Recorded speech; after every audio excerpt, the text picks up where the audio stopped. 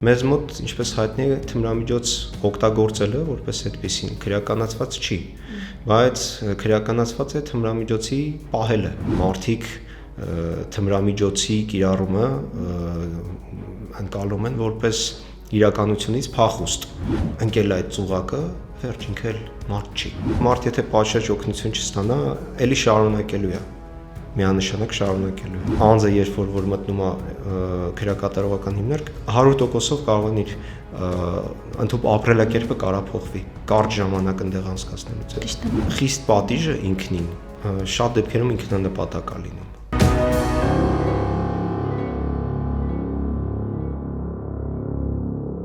Ողջույն Աշոտ, այսօր մենք խոսելու ենք քրեական իրավունքից, բնակչության առողջության դեմ ուղղված հանցագործություններից։ Կարող եք ասել, թե տվյալ հանցագործությունները ինչով են տարբերվում քրեական մյուս հանցագործություններից։ Ողջույն, շնորհակալ եմ հրավերի համար։ Բնակչության դեմ ուղղված հանցագործությունների ամենակարևոր սպეციფիկան այն է, որ այն թերևս առաջին հերթին խոցում է քրեական օրենսդրությունը, բայց որպես հետևանք շատ ավելի ցավալի եւ շատ ավելի մեծ ծավալի խնդիրներ առաջացնում եւ մասնավորապես առաջին հերթին թմրամիջոցների եւ հոգեմետ նյութերի ապօրինի շրջանառության պարագայում մենք այսօր եւ վերջին երևի 1 տասնամյակում կտրուկ աճ ունենք եւ այդ առումով հանցավորության դրսևորման տեսանկյունից եւ նաեւ ցավալիորեն պետք է փաստենք, որ օգտագործողների քանակն է ավելացել եւ սա պայմանավորված է բնականաբար եւ համապատասխան իրազեկման բացակայությամբ սկսած նախադպրոցական հաստատություններից վերջացած դպրոցական հաստատություններից եւ ցավով պիտի փաստել, որ նաեւ իրավապահ մարմինների ոչ արդյունավետ աշխատանքի հետևանքն է եւ այս աշխատանքը շատ դեպքերում մենք տեսնում ենք որպես շղարշ, որ ներկայացվում է թե գործ է արվում, սակայն հիմնականում մենք տեսնում ենք, որ մանր ինչ-որ թմրամիջոցների, մասնավորապես հիմնականում նաև մարիխուանայի մանր չափերի հայտնաբերման մասով այնպեսի պրես ռելիզներ են տալիս, որ թվում է թե դարի հանցագործություն են բացահայտել, սակայն իրական շրջանառությունը եւ իրական ծավալները այդպես էլ կամ մնում են չբացահայտված, կամ բացահայտման ուղղությամբ տարվող աշխատանքները գոհացուցիչ չեն։ Եվ ցավալիորեն պիտի փաստենք նաեւ այն, որ հասարակության հանրության կողմից թմրամիջոցների այս կիրառման, հատկապես սինթետիկ ծագման թմրամիջոցների կիրառման իրական վտանգը այդպես էլ չի գիտակցվում եւ ինձ մոտ էլ վստահորդներից շատերի բարեկամները, հարազատները մինչեւ կոնկրետ պահը, մինչեւ այդ անձի բռնվելու պահը կապ չունի նա եղել է օգտագործող թե իրացրել է, որովհետև սովորաբար իրացնողները նաև որոշակի քանակությամբ բնականաբար օգտագործում են, չեն պատկերացնում այս չարիքի ամբողջ ծավալը։ Դուք նշում եք, որ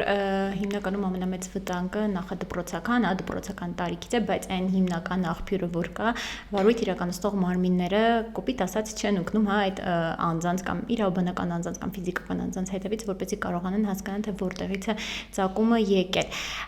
Այ հետաքրքիր է, որ դեպքում է, որ տվյալ արարքը, այսպես ասած, օբյեկտիվ կողմը համարվում է քրեական, այսինքն ինչ պետք է արվի, որպեսզի մարդը գիտակցի, որ նա քրեական հանցանք է դրսևորում։ Տեսեք, սկսենք թմրամիջոցի գործածումից։ Մեզ մոտ, ինչպես հայտնի է, թմրամիջոց օգտագործելը որպես այդպեսին քրեականացված չի, բայց քրեականացված է թմրամիջոցի պահելը։ Եվ ողջամտորեն հարց է առաջանում, անձը ինչպես պիտի օգտագործի մի բան, որը որ չի ձեռք բերել եւ չի պահում իր մոտ։ Այսինքն պետք է պահես, նոր օգտագործես, որը ավելի միանշանակ այստեղ եթե նայում ենք տրամաբանական հակասություն է առաջանում եւ մեզ մոտ թմրամիջոցների կիրառման հետ կապված որևէ վերահսկողություն ըստ էության չկա։ Անձինք ապրում են իրենց կյանքը, բախվում են մի շարք խնդիրների եւ այնպես չի, որ ես ցանկացած պարագայում մեղադրում եմ, թե ինչի խրվեց մարդը, որտեվ այդ տեսանկյունից եթե նայենք, ինքը չարիք է, որը որ տեսականորեն բոլորիս սպառնում է։ հաշվի առնելով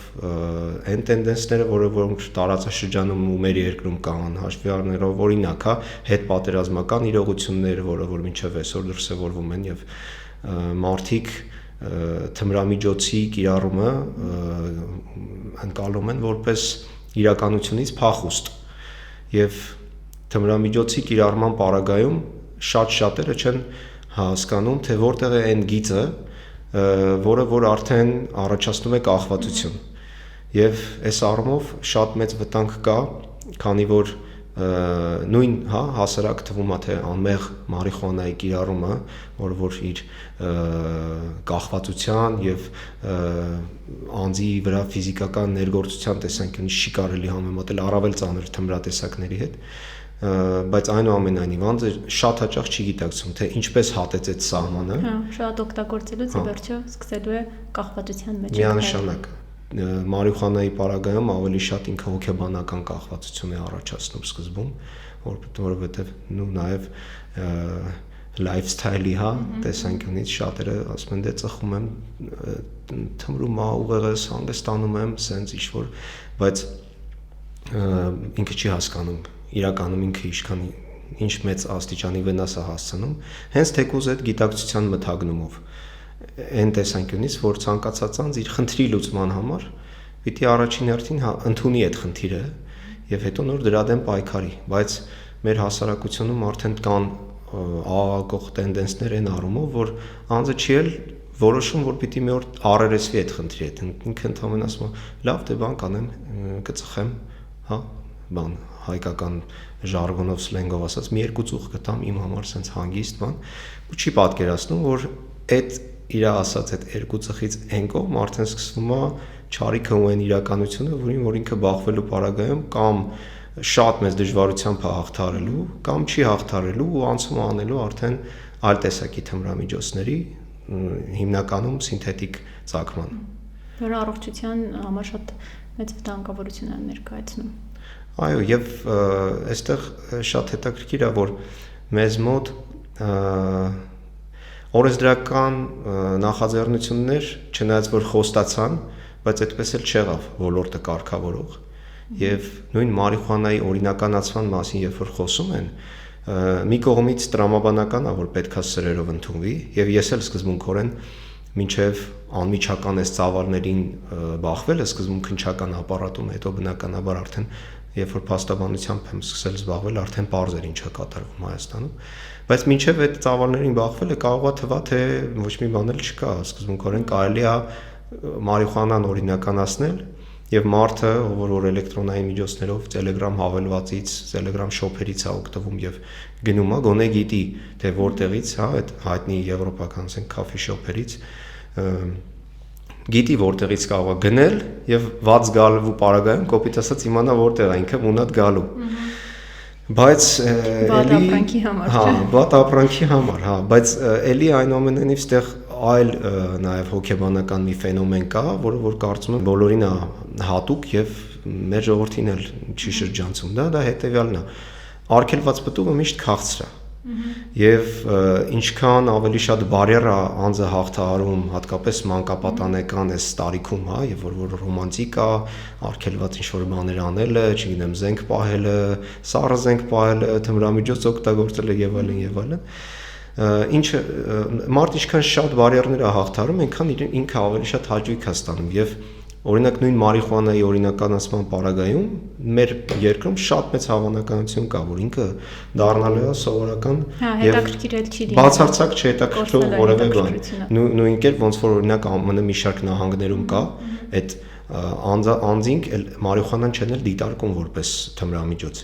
Ինձ մոտ շատ եղած գործերով այսպես է, երբ որ մարդը բռնվում է կամ ուղարկել է օրինակ ԱՄՆ-ից ինչ-որ բան, մաքսանենք ճանապարհով ու գալիս է Հայաստանում իրան բռնում են, որ առաջին անգամ տեսակցում եմ իրան ձերբակալվածների պահման վայրում կամ քնչականում, գալիս է ասում է, դե պարոն Սիմոնյան, ճիշտ ասած ես չեմ մտածել, որ սա առհասարակ արգելված է, որովհետև մեզ մոտ դա ոնց որ գնաս խանութից ծամոն առնես։ Այսինքն այս իրազեկվածության մակարդակը այնտեղ արդեն նենց է, որ դա ոչ մի բան է, եւ այստեղ էլ արդեն անձանց ընկալման մեջ ձևավորվում է հա դե խոտ է։ բայց այդ հադեխոտայից այն կողմ այդ գալիս են հենց այդ վտանգները, որը որ ես համոզված եմ, եթե մեզ մոտ օրինականացրեցին, դա դառնալու է անհետաքրքիր ինչ-որ զբաղմունք, ու անձինք հատկապես պատանեկան հասակում այդ էլի այդ արգելված քաղցր պտուղի մոտիվացիայով փորձելու են ավելի այլ տեսակի եւ ավելի ծանր թմրամիջոցներ ձեռք բերեն։ Իրականում ճիշտ եք ասում, բայց մեկ ուրիշ բան նաեւ ասեմ, օրինակ ծխախոտը օրինականացված է, չէ՞, մարդիկ կարողանում են ծխել, դրա համար որևէ պատասխանատվություն չի նախատեսվել։ Բայց ծխախոտն էլ ինքն իրեն շատ վատ է մարդու առողջության համար, բայց միևնույն է, դա հասանելի է ու միևնույն ժամանակ շատ մարդիկ օգտագործում են ու կարող է օրվա կտրվածքով մեկ տուփ սիգարետ, օգտագործեն, ինչը որ վտանգավոր, այսինքն այստեղ այն բանը, որ արգելված է, ինձ թվում է ոչ թե արգելվածի հետ է կախված, այլ մարդու կախվածության հետ է կախված, որ մարդը կարող է ծխախոտից կախվածության մեջ է ընկել ու ինքը միևնույն է չի հրաժարվի, պետք է կարողանա այդ հոգեբանական վիճակը հաղթահարել։ Դե նայեք, մեզ մոտ ոնց է առասարակ ոնց են փորձում, այդ ծխելը թարգելը, այսպես ասած։ Իրանց ես բան կա, չէ, ասում եմ ծխելը թարգելը ամենահեշտ բանն է աշխարհում, ես մի 1000 անգամ արել եմ։ Հիմա այդ նույնն է, մարդիկ իրանց եթե հարցնես մեծ մասին, ես էլ իմ ընկերների շրջապատում բնականաբար 70-80%-ը ծխախոտը առօրյա օգտագործում, Եվ երբ ես իրանց հարցնում եմ, իրանք այդ ինչ է, հեսա կանամ անեմ, մի շաբաթ հետո ջիմ փաթեթ կվերցնեմ, կգնամ, կպարապեմ սենց, բայց այդ ամեն ինչը ինքը էլի մնում է խոսքի, խոստումների, կամ հիմա կապ չունի ինձ է խոսք տալի, թե իր բարեկամին, հարազատին, ծնողին։ Այսինքն իրանց համար դա դրսևորվում է հետևյալ կերպ, ասում են դե մեկը երբ ուզենամ կթարգեմ, բայց ակնհայտ է, որ այդպես չի, հակառակ պարագայում մեզ մոտ այդ ծխողների թիվը այդքան մեծ չէ լինի։ Ինքնուրույն այստեղ էլ էլի պետության ներգործությունը պետք է լինի որակյալ։ Շատ երկրներում, նույն եվրոպական երկրներում ուսանողների մեծ մասին, որպես այդպեսին, սիգարետը հասանելի բան էլ չի, որովհետև մի տուփը եթե, չգիտեմ, 7-8 եվրոից է սկսում, իսկ ուսանողը պարզ չէ, որ այդքան չի կարող, Հայաստանում էլ է ինքը խնդիր անգամ մեզ մոտ այդ առումով էլ ոնց որ թմրամիջոցների հետ կապված գործուն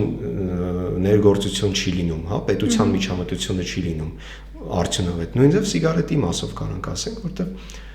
ինչ էլ որ 50-50 դրամով թանկացնենք, մարդ սովորում է դրան։ Այո։ Բայց եթե 1000 դրամանոց սիգարետը ակցիզի եւ մնացածի հաշվին, բարձրացնենք, սարքենք օրինակ 2500 դրամ, ես հավաստիացնում եմ ձեզ, այն ամենաթունդ ծխողն էլ կասի լավ սպասի, բայց ոնց որ շատ եմ ծախսում։ Որովհետև դա իր վրա շատ մեծ երևալու է։ Ճիշտ է։ Ու այդ տեսանկյունից ես համոզված եմ, որ պետության ակտիվ ներգործության պարագայում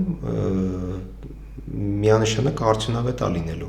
Այլ հարց թե ինչ լուծումներ պետք է գտնել։ Ես հիմա այստեղ չստացվի տպավորություն, թե ամեն ինչ փորձում եմ բարդեմ պետության վրա, որովհետև այդ նույն վնասակար երևույթներին հակումների մասով մեծ անելիք ունի ընտանիքը առաջին հերթին։ Հենց կոնկրետ մարդը ինքը արդեն որոշակի գիտակցական մակարդակի հասնելուց հետո, որովհետև ես ունեմ օրինակ անձինք, ում պաշտպանությունը ստանձնել եմ ու կարողացել ենք ոնց որ հաջող կետի վերել հասցնել եւ իրանց բառից բուն իմաստով կործանումից փրկել, մեծախոսություն չլինի։ Ու այդ մարդիկ իրանք են, հիմա ես իր թույլտվությունը չունեմ օրինակ որ ասեմ ինքը ով է, բայց ես ունեմ անձ ում պաշտպանությունը ստանձնել եմ քրեական վարույթով ու հաջողություն եք գրանցել։ Հիմա ինքը հակածխախոտային եւ հակա կոնկրետ մարիխուանայի մասով եմ ասում, հենց արշավ կարելի ասել, արշավը հասկսել ու ընդ որում ինքը Հայաստանի մեջ չէ մենակ էլի, առհասարակ։ Ու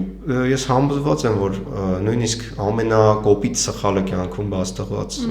անձին պետք է եւ օժանդակել եւ տալ այդ հնարավորությունը, որ ինքը իրապես փորձի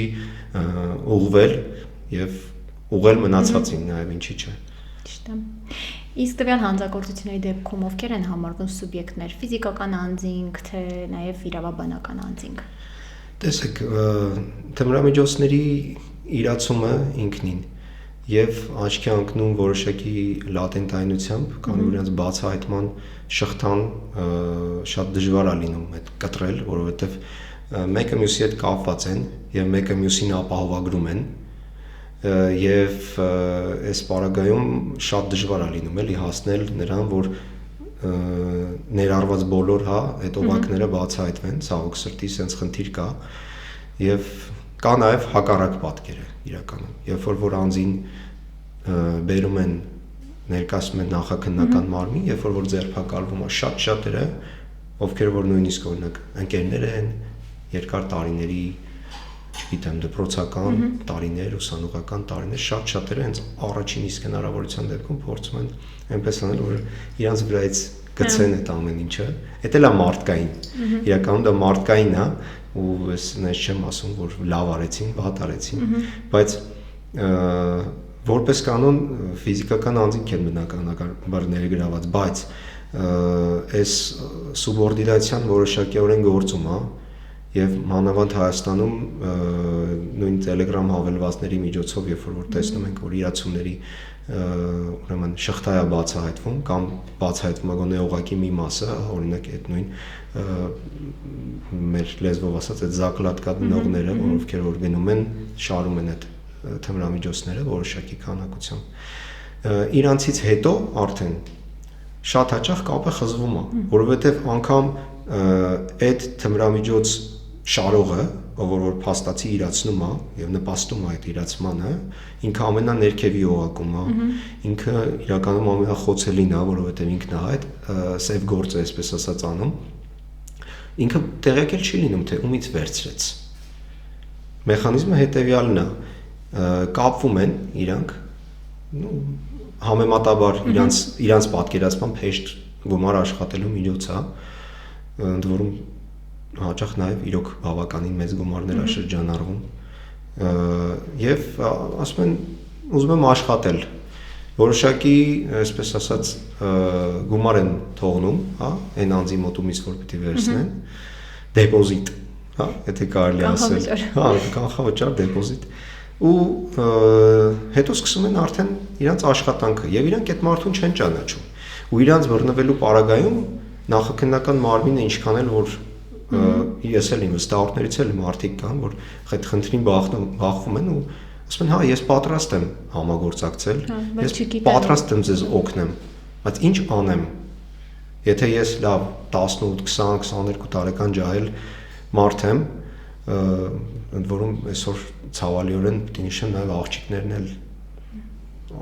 ավելի ու ավելի սկսել են ներգրավել այս գործում, ինչը մեկ այլ խնդիր է։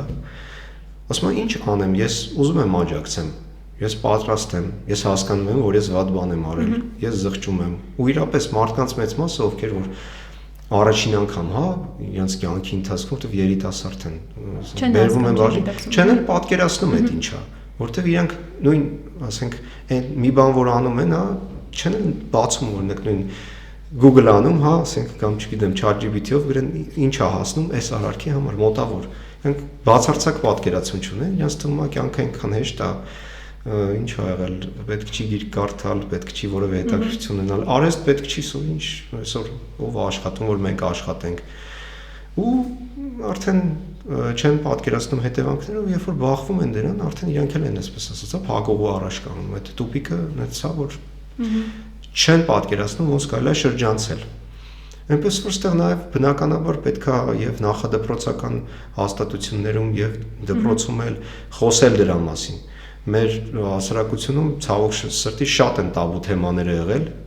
ենթադրում եմ պոստսովետական այդ մտածողությունն է, որ բարեբախտաբար կոտրվում է եւ ինչքան էլ անուն դնեն, այնուամենայնիվ մենք պրոգրեսիվ հասարակություն ենք, ինչ ուզում է լինի եւ պետքա այդ թեմաների մասին խոսել, բացատրել երեխանին, իմ աղջիկը օրինակ մանկահասակ է ու ինքը այդ նարկոման բառը արտահայտությունը արդեն ինքը շատ իրական ես այդ բառը չեմ էլ սիրում չեմ էլ օգտագործում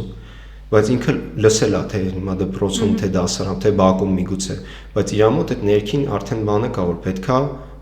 ուշադիր լինել որ սենց այս պարագայում եթե բան ես տեսնում գաս papayin ասես մամային ասես մեծերից մեկին ասես Հետևաբար այդ կրթությունը այնպես էլ չի էլի, որ ինքը ֆորմալ առումով պիտի մենակ դպրոցում լինի։ Ես չեմ ուզում բարթեմ ամեն ինչը դպրոցի, պետության, այդ ամենահեշտ բանն է, բայց մեր կոպիտ ասած փայը, մեր բաժինը պետք է անենք մենք եւ որպես ծնող եւ առասարակ։ Հիմա նույն այս ոդկասթի տարբերակը, հարցազրույցների տարբերակը, հա, որ ինքը ինչա քննարկում է երկու մասնագետ կամ հաճախ նաև լինում են ոչ մասնագետներ, քննարկում ենք որևէ խնդիր եւ ես առավել քան համոզված եմ, որ նույն այս հաղորդումը նայելով շատ հնարավոր է շատ երիտասարդներ, դեռահասներ, որ ասում են գցեն բռնեն, հասկանան ինչ կարելի անել ու ինչ հանգարց պետք չի անել, հենց որ շատ շնորհակալ գործ է այս լուսաբանումը։ Իրականում նպատակը հենց այդ է, որ մարդիկ իմանան իրենց իրավունքների մասին ու հասկանան ինչ իրավունքներ ունեն ու ինչ պարտականություններ ունեն ու ոնց կարելի է օրինակ, չգիտեմ, կանխել, ում կարելի է դիմել, հիմնական նպատակը ոդկասթի դա է։ Դուք նշում եք, որ սա քրեական է, պատասխանատվության ենթարկվող արարք է, բայց կա տվյալ իրավիճակում այնպիսի մի սահման, որից որ վարչական է ու այդ սահմանից հետո տվյալ արարքը կարող է դառնալ քրեական։ Ինչ որ նմանատիպ սահման կա, նուրբ գիծ կա տվյալ ոլորտում։ Տեսեք, այդ գիծը իրականում բառից բուն իմաստով շատ նուրբ է։ Հիմա որ ասեցիք գիծ, ես էլի այդ մասնագիտական դեֆորմացիայի շրջանակներում այդ թմրամիջոցի այդ գիծը պատկերացրի։ Ու նայեք, այդ գիծը իրականում հենց այդ մի գիծը շատ հաճախ հենց այն գիծն է, որից այն կողմ, որ արդեն քո արարքը քրեորեն պատժելի է, որովհետև մեզ մոտ թմրամիջոցների նույնիսկ պահելու, հա, գործածելու համար սեփական որ պահելու այդ քանակները սկսում են 0.025, 0.05, հա, ինչը որ մարդը չի հասկանում այդ որքանն է։ Այդ կամ պիտի ոսկերիչ լինես, որ հասկանաս, չափես ամեն օր, ասես լավ, ես այսքան եմ պահում։ Կամ պիտի նույն աչքաչափով, ասենք, կամ եթե դու գիտես, օրինակ մարիխուանայի պարագայում այդ չափը ավելի մեծ է։ Այսինքն կարող ես այդքան մինչև այդ չափը օգտագործես ու դրա համար դու ուղղակի վարչական պատասխանատվություն ես հիմա չեմ ասի այդ չափը բնականաբար, որ չստացվի, էլի թե ասում եք մինչև այսքանը պահելը օքեյ է, բայց ինքը իր վտանգավորությամբ բնականաբար ավելի ցածր է, քան Հայաստանում, հա, հատկապես շատ տարածված մեթամֆետամինից, կրիստալ կոչվող թմրամիջոցը, որը որ ես չգիտեմ կոլեգաներից ում մոտ ինչ վիճակագրություն է, բայց իմ մոտ թմրամիջոցների վերաբերող գործերով 50+% վերաբերում է կրիստալի, հա, մեթամֆետամինի իրացմանը, որը որ հիմնականում գալիս է էլի մաքսանենք ճանապարհով քնչապական պրակտիկայում էլ շատ եմ առնչվել նման դեպքերի հետ եւ ցանկացած պարագայում երբ որ այդ գործերով հա ինչ որ շրջանակ կեր բացահայտվում այդ մարդիկ կալանավորվում էին ես հոգեկան բավարարվածություն էի ստանում որպես քննիչ հա որ կարողացեք բացահայտել հասկանալով որ այնուամենայնիվ ես որովհետեւ այդ նույն 100-200 գրամ մեթամֆետամինը կարա մի փոքր ասենք գյուղ շատ հանգիստ սարքի նարկոման բառից բուն իմաստով հենց այդ բառն եմ ես օգտագործում արտադրություն ունի հա ինքը շատ ահավոր թմրատեսակ է որը որ եւ ֆիզիոլոգիական կախվածության մեջ է գցում եւ հոգեբանորեն եւ իր 1-2 գործածումից հետո դու արդեն էլ չես էլ կարողանում կոնտրոլ անես երևի մաքսիմում կարելի է օրինակ հերոինը համեմատել ճիշտ է ծագման առումով տարբեր են իրանք բայց հետևանքի առումով այդ անշրջելիության կետը շատ արագ են անցնում ու շրջակայքում շատ հաճախ մենք համոզված եմ կարող ենք դուք էլ կտեսնեք հա փողոցում քայլող մարդ որ նայում եք չէ ականջակալ կաթե չէ բայց տեսնում եք ինքը իր հետ խոսում է ես օրինակ կարող մի քիչ ավելի ուշադիր եմ դարձել բայց այդ դեպքերին հանդիպում եմ ու ակնհայտ է որ նույնիսկ եթե իր մոտ հոգեկան որոշակի խնդիր է եւ դրանով է պայմանավորված շատ մեծ հավանականություն կա որ հենց տվյալ տեսակի թմրամիջոցի կիրառման հետևանքով է այս մարդկանց պետքա եւ օգնել առողջական տեսանկյունից եւ իրավական որովհետեւ շատ հեշտ է մեղադրել անձանց ասել ինչի ես դու գնացել ու օգտագործել չեն գիտակցում որ ինքը լուրջ խնդիրներ ունի հոգեբանական հա շատ դժվար է իրականում ինձ էլ եղել է դեպքեր, որ ոնց եք բան էս մարդկանց սենց մարդիկ կան, որ այդ մասնագիտական դեպքում մանավանդ ովքեր որ քրեական հետապնդման մարմիններում առավել երկար են աշխատում, չգիտեմ, 10+ տարի։ Իրենց մոտ այդ դեֆորմացիան ավելի հստակ է։ Այսինքն իրենց համար ցանկացած անձով ընկել այդ ծուղակը, վերջ ինքը էլ մարդ չի։ Բայց ամենևին այսպես չի ու իմ վերած օրինակը իզուր չէր, որ մարդը որ իրականում այդ շրջանառության մեջ առավել քան ներգրաված է եղել, հիմա պատշաճ իրավաբանական օգնություն ստանալուց հետո անցել է կոպիտ ասած այս դաշտ ու պայքարում ասում է որ սա վատ բան է, պարտադիր չի իրավապահ մարմիններում աշխատես, որ դու ասես ես տեսեք ինչ օգուտ եմ տալիս։ Ես պաշտպանում եմ թմրամիջոցներով կոպիտ ասած դատվող մարդկանց, ես իրանց իրավունքները աշխատում եմ վարույթի ընթացքում մաքսիմալ երաշխավորեմ։ Բնական է նաև ինքը բիզնես տրամաբանության մեջ է տեղավորվում, բայց դրան զուգահեռ ես համոզված եմ, որ իմ գործունեությամբ կանխում եմ նաև որոշակի այլ հետևանքներ, որոնք որ մարդ եթե պատշաճ օգնություն չստանա, էլի շարունակելու է, միանշանակ շարունակելու է։ Դուք նշեցիք, որ կա հատուկ չափ, տարբեր նյութերի մասով ու այդ չափից հետո արդեն անցում է կատարում քրեական պատասխանատվության։ Այ օրինակ, եթե անձը մի օր օգտագործում է այդքան չափի մարիխուանա, հաջորդ օրը էլի օգտագործում է այդքան չափի մարիխուանա։ Կարելի է ասել 1 ամիս ամեն օր օգտագործում է այդքան չափի, ոնց որ օրենքով նախատեսված չափով մարիխուանա, ամսվա վերջում իր օգտագործած մարիխուանայի չափը այնքան մեծ է, որ կարող է հատել այն սահմանը, որից որ վերածվում է քրեական պատասխանատվության։ Այ ուզում եմ հասկանալ օրենքի, տրամաբանությունը, որտեղ է, արդյոք դա նորմալ է, թե ընդհանուրի գումարը պետք է այնքան լինի, որ հատի այդ սահմանը։ Դե մեզ մոտ ինչպես է քրեական պատասխանատվությունը վրա հասնում, գիտեք, պիտի լինի օբյեկտիվ կողմ, այսինքն արարքը, սուբյեկտը, որ կկատարի դա, եւ սուբյեկտիվ կողմը, այսինքն անձի ներքին դիտավորությունը իր արարքին։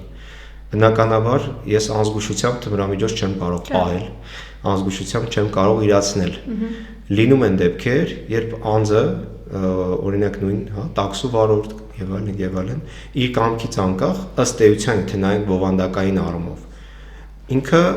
որ փաստաթուղթ է տանում, որի մեջ այդ նյութը չի իմացել դրա մասին։ Այդ մարդուն մենք չենք կարող դատել, ասել, գիտես, չի հետաքրքրում մեզ,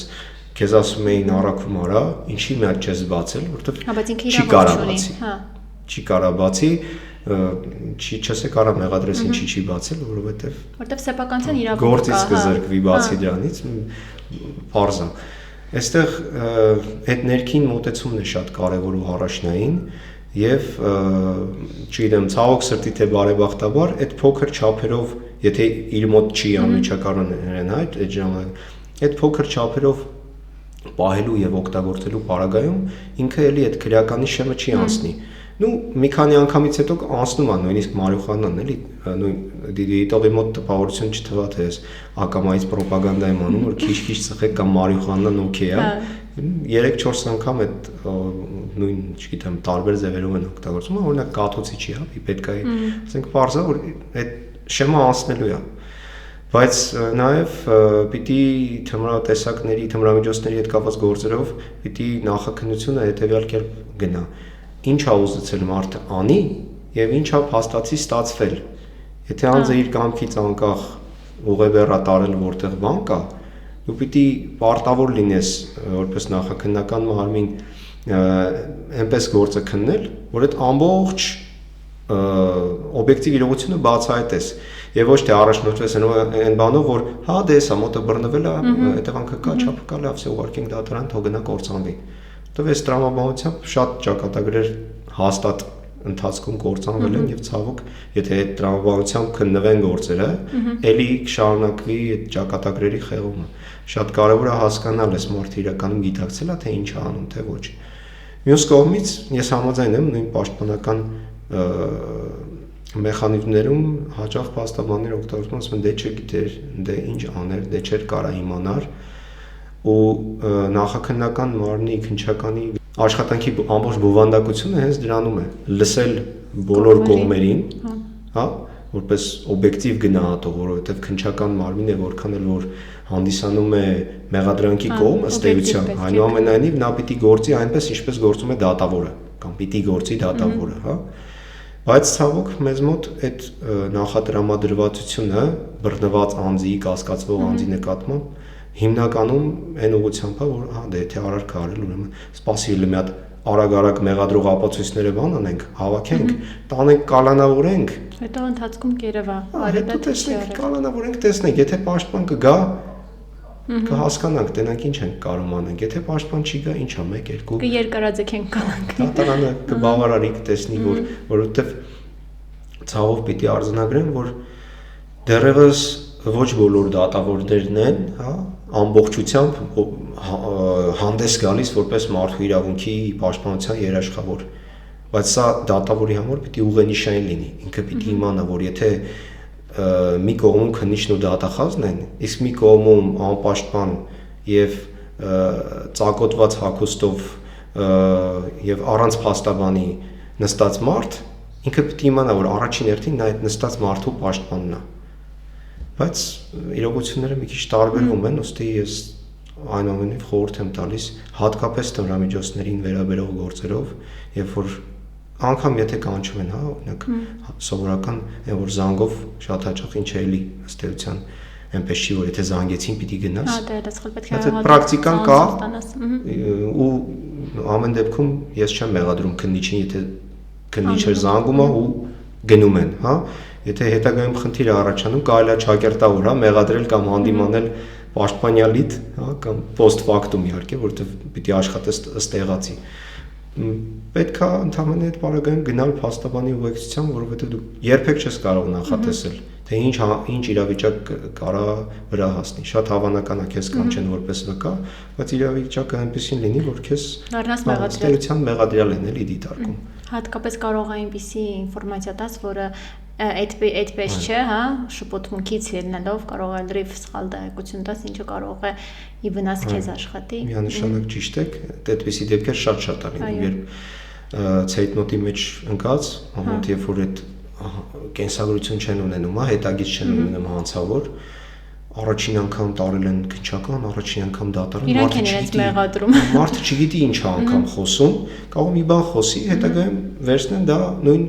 միջնորդության մեջ գրեն, որ սենց բան ասել, հիմա էս է ասում, կամ սենց բան։ Հա։ Այդ առումով ու ընդ որում էլի կստացվի, որ ես դատավորներին եմ մեղադրում, բայց այստեղ մեղադրելու խնդիր չի, ընդհանրապես ողջամիտ ակնկալիքն է, որ դատավորներն պիտի անկախ ծանրաբեռնվածությունից, անկախ իրենց առօրյայից, անկախ ցանկացած խնդրից պիտի փորձեն բովանդակությունը նայեն։ Գործի մեջ եթե անձին վերում ներկայացնում են կալանքի, դու չպիտի նայես, հա, ինչպես ասենք, շոր կարելու նման չի, հա, որ մոդելը կա, ինչ որ ռոբոտացված մի հատ գնով կայացնում ես, դու պիտի նայես այդ ենթադրյալ վերագրվող հանցանքի էությունը եւ տեսնես արդյոք այս մարդուն առասարակ կարելի է եւ պետք է թեկուզ մի օրով թողնել, որ ինքը մտնի քրեակատարողական հիմնարկ, որովհետեւ անձը երբ որ մտնում է քրեակատարողական հիմնարկ 100%-ով կարող է իր ընդհանուր ապրելակերպը կարա փոխվի կարճ ժամանակ այնտեղ անցկացնելուց հետո։ Օրինակ նմանատիպ դեպքերում պատժատեսակները տարբեր է, չէ՞ լինում, կամ տուկանք են, հա, վճարում կամ ազատազրկում կա, ու նույնիսկ մի դեպք հիշեցի, իրական դեպքեր, որը դատավարական, հա, ընթացքում անձը մեղադրվում էր սեփականության դեմ ուղղված հանցագործության համար,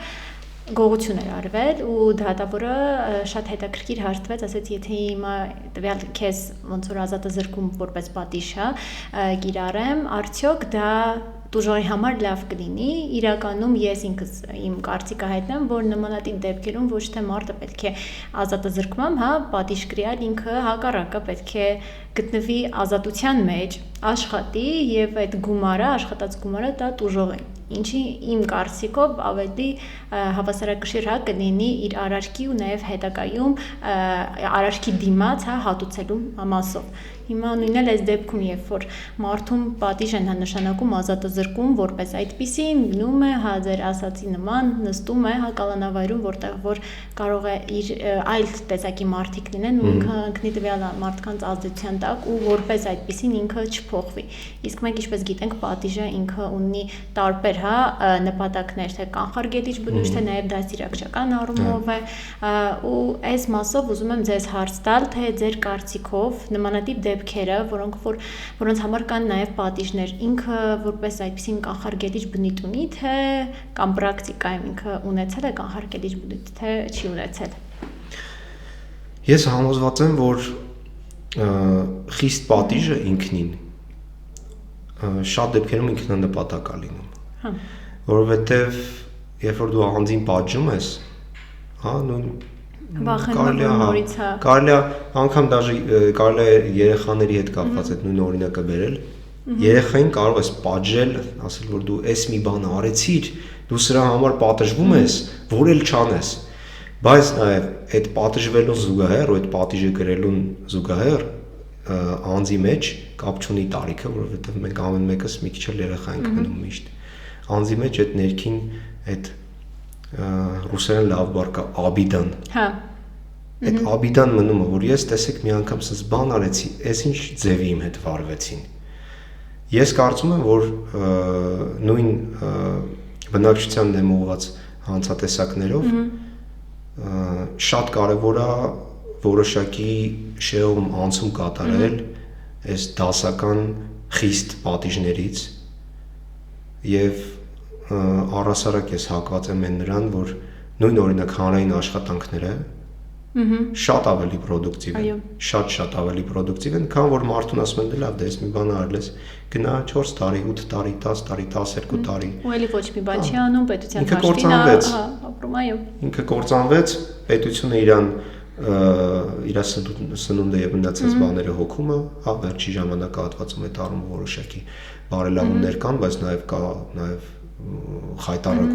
ուղղակի վիճակագրություն ԿԿ-ներում մահերի մասով։ Հա։ Այս մասով ես ինչքան որ տեղեկացված եմ, այսպիսի խայտարակ վիճակագրություն երբևէ չի եղել։ Եվ ինչքան էլ որ հիմա պետությունը ասի, որ ես անում եմ այս ռեֆորմը, ցանկացած ընդդիմախոս, հա, անկախ իր մոտիվացիաներից քաղաքական, թե ես զուտ խոսում եմ այն ինչ որ կա։ Կասի եղբայր, բայց կամ դիկին, կասի դե մեր նախարարը դիկին է, կասի, բայց ոնց եք դուք sense բան ասում, հիմա տես թվերի մահը դուք կամ մեզ եք դնում ինչ-որ մարդու կամ ինչ-որ այլ բանի տեղ, կամ ձեզ կոնկրետացեք ու հասկացեք ինչ եք ուզում անեք, եթե ուզում եք այնց անեք, որ մարդիկ բանտ ընկնելու վախից անեն այլ բաներ, այդ լավ տեղ չի տանելու, որովհետև այդ վաղ մյուսօր տեղափոխվելու է փողոց։ Բայց եթե ձեր նպատակն է, որ հանցակ կատարած անձը ուղղվի, հա, սոցիալական արդարություն վերականգնվի, եթե կան տուժած անձինք, այդ անձանց հետ կապված արդարության զգացումը, հա, իրանց մեջ վերականգնվի։ Նու այս բaragայում հիմնականում իհարկե այլ հարաբերություններ են խոցվում եւ այս գործերով քիչ է լինում, հա, որպես այդպեսին տուժող լինի։ Բայց տուժողը ամբողջ հասարակությունը։ Եթե դուք արդյունավետ չեք պայքարում, եթե դուք պայքարի որպես թիրախ եւ նպատակա վերջնական դնում եք այն, որ անձը ում ձեռքը 100-200 գրամ թմրամիջոցը հայտնվել պիտի գնա ու կորի, լավ տեղ չեք գնալու։ Ավելի լավ է դուք այդ մարդուն հակառակը հենց հատկապես այդ ինչ եմ ասում դեռահասների երիտասարդների շրջանում մարդիկ ծնվում են մանկապարտեզ դպրոց, տեսնում են որ մարդիկ կան որ ոչ մի բանով օգտակար չեն զբաղվում ու ապրում են կամ ապրում են իրանցից չգիտեմ մեկը մի հատ նոր հեռախոս վերցրեց մեկի մոտ մեքենա մեկի ընտանիքը մի քիչ ավելի ապահովված է ինչ որ ուրիշ հետաքրքրություն կամ չգիտեմ միտեղ գնաց հանգստացում դե բայց մենք ենք ուզում ապրենք խիպտի հա դրա համար իրանք պետքա այդ հանրային աշխատանքը ես կարծում եմ շատ ճիշտ միջոց կլինի թեկուզ շատ մեծ հա եթե ժամանակով լինի եւ այս պարագայում ես վստահ եմ որ նույն թմրամիջոց պահելու հետ կապված կամ նույնիսկ որոշ դեպքերում իրացնելու հետ կապված որպես իրապես արդարացի եւ ամենակարևորը արդյունավետ որովհետեւ տարբեր բաներ են պատիժը կարող լինի արդարացի հա, իրացման համար ապացուցված մեղադրանքով անձին, հա, ասենք 12 տարի դատապարտեցին, ինքը սկզբունքորեն արդարացիա, բայց արդյունավետ է թե չէ։ Այդ ոչ մեկ չգիտի։ Ես կարծում եմ, որ այնուամենայնիվ անձին մենակ պատժելով չի, դու պիտի իրան մղես, որ ինքը հասկանա, որ այն գումարը, որը որ օրինակ ինքը, չգիտեմ, մտածում էր, որ կարար աշխատել, չի կարացել մեկ, եւ հակառակը ինքը հանուն բարօրության կապ չունի փողոց կմաքրի թե ինչ կանի, ինքը լավ գործ է անում։ Ինքը ուզի դա անելու է ամենակարևորը, ինչ պիտի անի։ Հետո սովորություն կդառնա մարդու համար ու երբ որ ինքը արդեն դուրս գա, հա, արդեն զգա ազատության համը, կարելի այսպես ասած, ինքը արդեն սովոր է, որ պետք է աշխատի։ Ընդ որում գումարով, արդեն այդ պարագայում, հա, ընդ որում գումարով ու դա կարող է շատ մեծ փոփոխություններ ունենալ իր ներքին, հա, եսի համար։ Միանշանակ։ Այո։ Աշոտ ջան, շատ հետաքրքիր զրույց էր, իսկապես այն թեման է, որը ինքը շատ նուրբ է ու շատ խոցելի է։ Շատ շնորհակալություն ձեզ հետաքրքիր քննարկման ու արդյունավետ տեղեկության համար։ Ես եմ շնորհակալ։ Հետևեք Buzz TV YouTube-յան ալիքին իմ հետագա ոդկասթները դիտելու համար։